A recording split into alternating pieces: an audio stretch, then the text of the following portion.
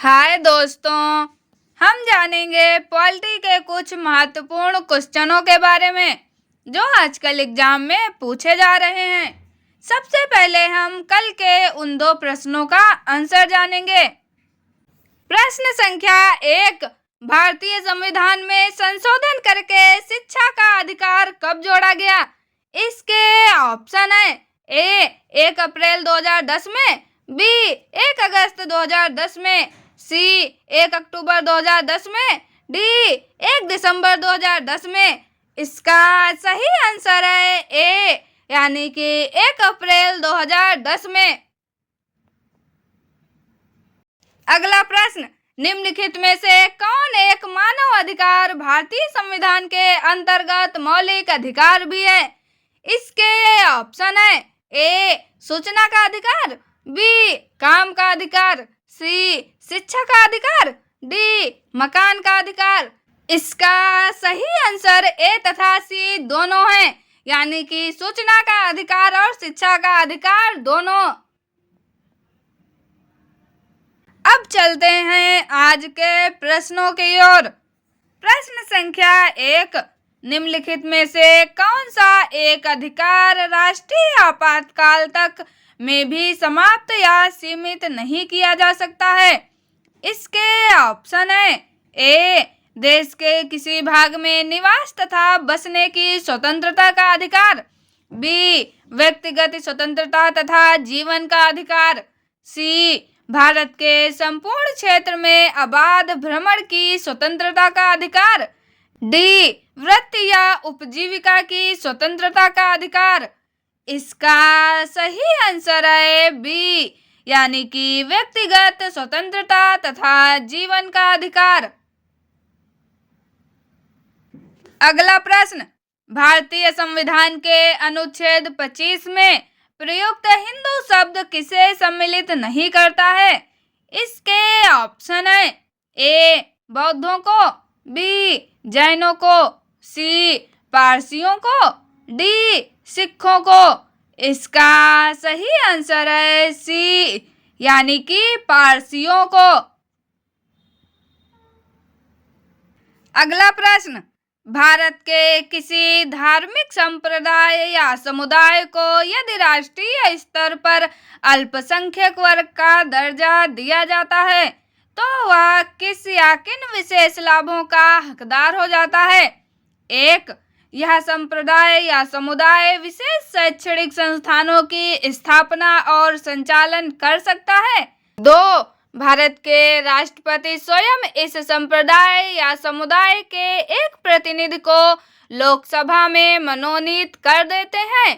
3, यह संप्रदाय या समुदाय प्रधानमंत्री के 15 पॉइंट कार्यक्रम के लाभ प्राप्त कर सकता है। उपयुक्त में से कौन सा कथन सही है? इसके ऑप्शन है ए केवल 1, बी केवल 2 और 3, सी केवल 1 और 3, डी 1, 2 और 3। इसका सही आंसर है सी यानी कि केवल 1 और 3। अगला प्रश्न, किसी अपराध के अभियुक्त को स्वयं अपने विरुद्ध गवाह बनने के लिए बाध्य नहीं किया जा सकता है। भारतीय संविधान के किस अनुच्छेद में यह प्रावधान है? इसके ऑप्शन है ए अनुच्छेद 20 के 3rd में, बी अनुच्छेद 21 में, सी अनुच्छेद 22 में, डी अनुच्छेद 74 में।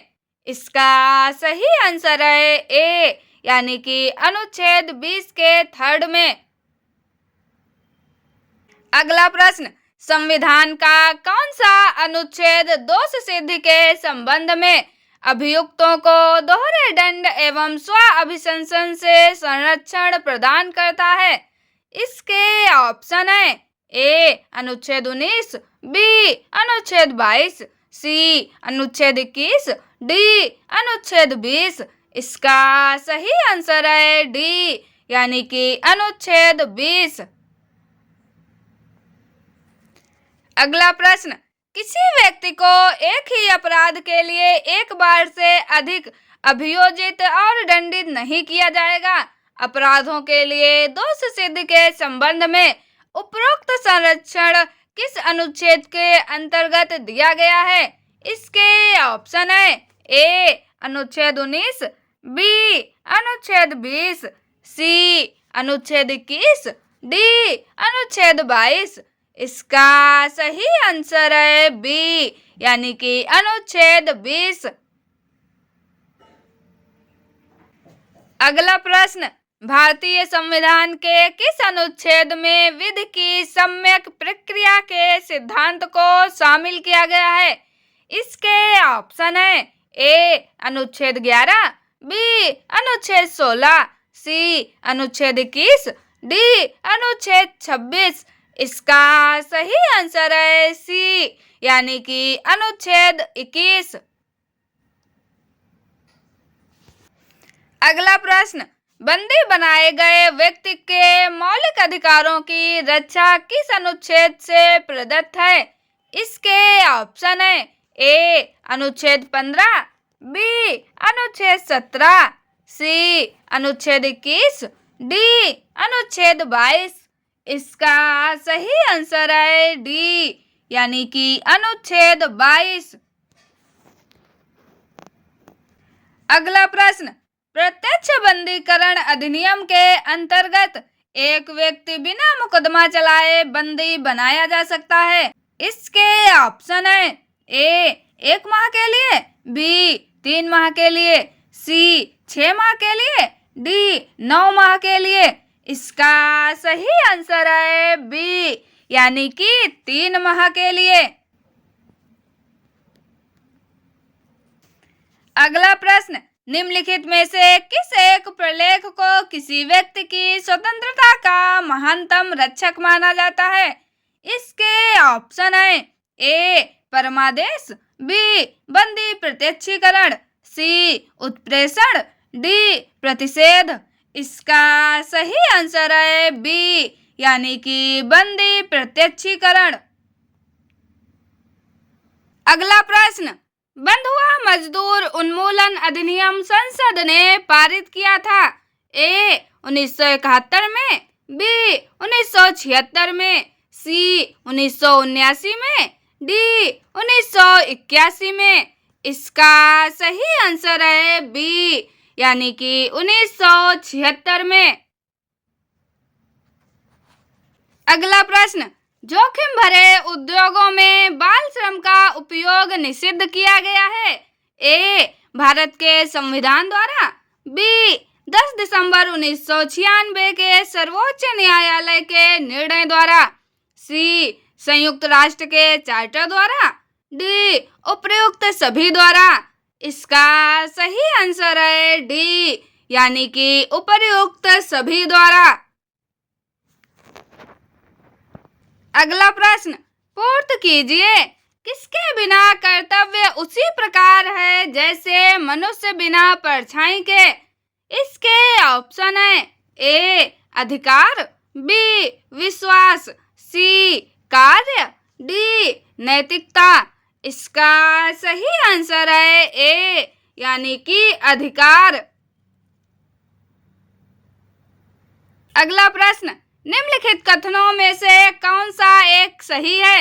इसके ऑप्शन है ए अधिकार नागरिकों के विरुद्ध राज्य के दावे हैं, बी अधिकार वे विशेषाधिकार हैं जो किसी राज्य के संविधान में समाविष्ट हैं, सी अधिकार राज्य के विरुद्ध नागरिकों के दावे हैं, डी अधिकार अधिकांश लोगों के विरुद्ध कुछ नागरिकों के विशेषाधिकार हैं।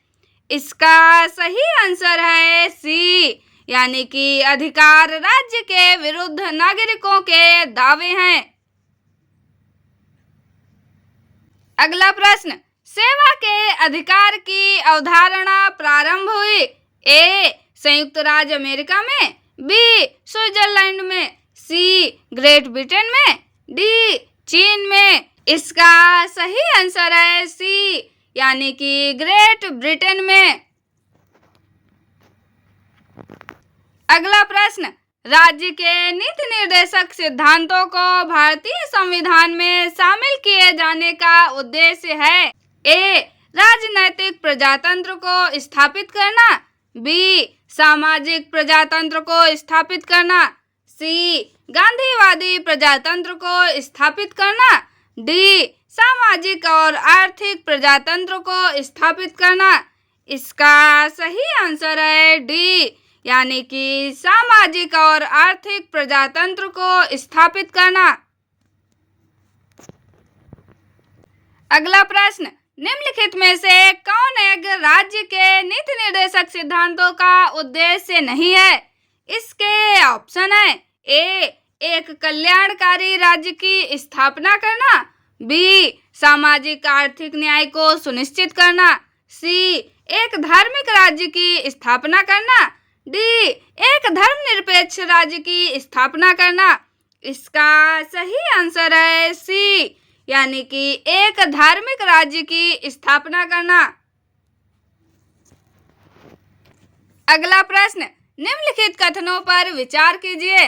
भारत के संविधान के संदर्भ में राज्य की नीति के निर्देशक तत्व एक विधायिका के कृत्यों पर निर्बंधन करते हैं, दो कार्यपालिका के कृत्यों पर निर्बंधन करते हैं। उपयुक्त कथनों में से कौन सा सही है? इसके ऑप्शन है ए केवल एक, बी केवल दो, सी एक और दो दोनों, डी ना तो एक और ना ही दो। इसका सही आंसर है डी, यानी कि ना तो एक और ना ही दो, यानी कि दोनों गलत हैं।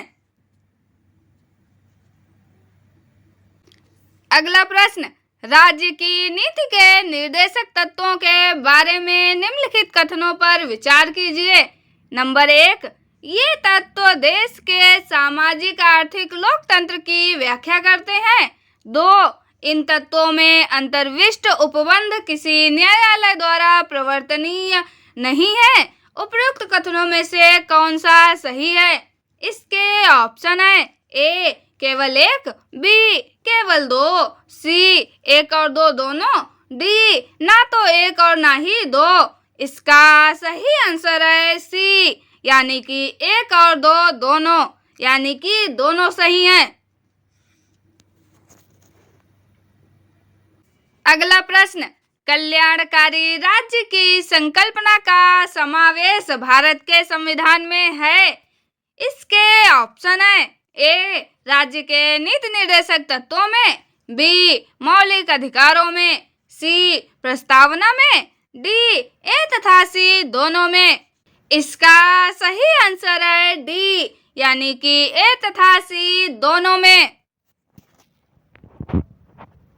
अगला प्रश्न, भारत के कल्याणकारी राज्य होने का विचार पाया जाता है ए संविधान की प्रस्तावना में, बी मौलिक अधिकारों में, सी राज्य के नीति निर्देशक तत्वों में, डी ए तथा सी दोनों में। इसका सही आंसर है डी, यानी कि ए तथा सी दोनों में। अगला प्रश्न, राज्य के नीति निर्देशक तत्व सहज अध्ययन के लिए निम्न में से कौन से भागों में विभाजित किए जा सकते हैं? इसके ऑप्शन है ए समाजवादी, बी उदार बौद्धिकतावादी, सी गांधीवादी, डी उपरोक्त सभी। इसका सही आंसर है डी, यानी कि उपरोक्त सभी में। अगला प्रश्न, भारतीय संविधान में सम्मिलित नीति निर्देशक तत्वों की प्रेरणा हमें किसके संविधान से प्राप्त हुई है? इसके ऑप्शन है A Australia, B America, C France, D Ireland. इसका सही आंसर है डी, यानी कि आयरलैंड। अगला प्रश्न, भारतीय संविधान में राज्य के नीति निर्देशक तत्वों को निम्न में से किस देश के संविधान से लिया गया है? इसके ऑप्शन है A United Kingdom, B United State of America, C Ireland, D Japan. इसका सही आंसर है सी, यानी कि आयरलैंड। अगला प्रश्न, भारतीय संविधान में राज्य के नीति निर्देशक सिद्धांतों का विचार लिया गया है। ए, आयरलैंड के संविधान से, बी, कनाडा के संविधान से, सी, दक्षिण अफ्रीका के संविधान से, डी, ऑस्ट्रेलिया के संविधान से। इसका सही आंसर है ए, यानी कि आयरलैंड के संविधान से। अगला प्रश्न, नीति निर्देशक सिद्धांत हैं। ए, वाद योग्य नहीं, बी, वाद योग्य, सी, कोई नहीं, डी, मौलिक अधिकार। इसका सही आंसर है ए, यानी कि वाद योग्य नहीं। अगला प्रश्न, भारत के संविधान के अनुसार निम्नलिखित में से कौन सा देश के शासन के लिए आधारभूत है? इसके ऑप्शन है, ए, मूल अधिकार, बी, मूल कर्तव्य, सी, राज्य के नीति निर्देशक तत्व, डी, मूल अधिकार तथा मूल कर्तव्य। इसका सही आंसर है सी, यानी कि राज्य के नीति निर्देशक तत्व।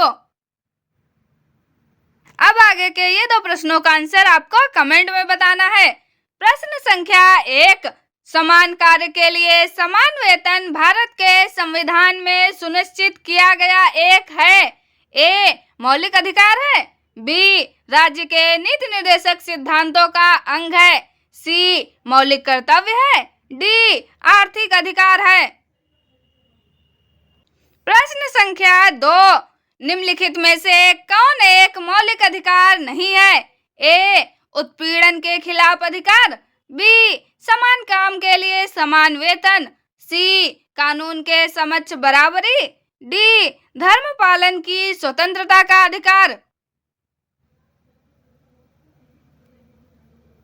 इनका आंसर हम कल के वीडियो में जानेंगे। आपको ये कंटेंट कैसा लगा कमेंट में जरूर बताएं। चैनल को लाइक, शेयर और सब्सक्राइब जरूर करें। मिलते हैं अगले वीडियो में। Thank you.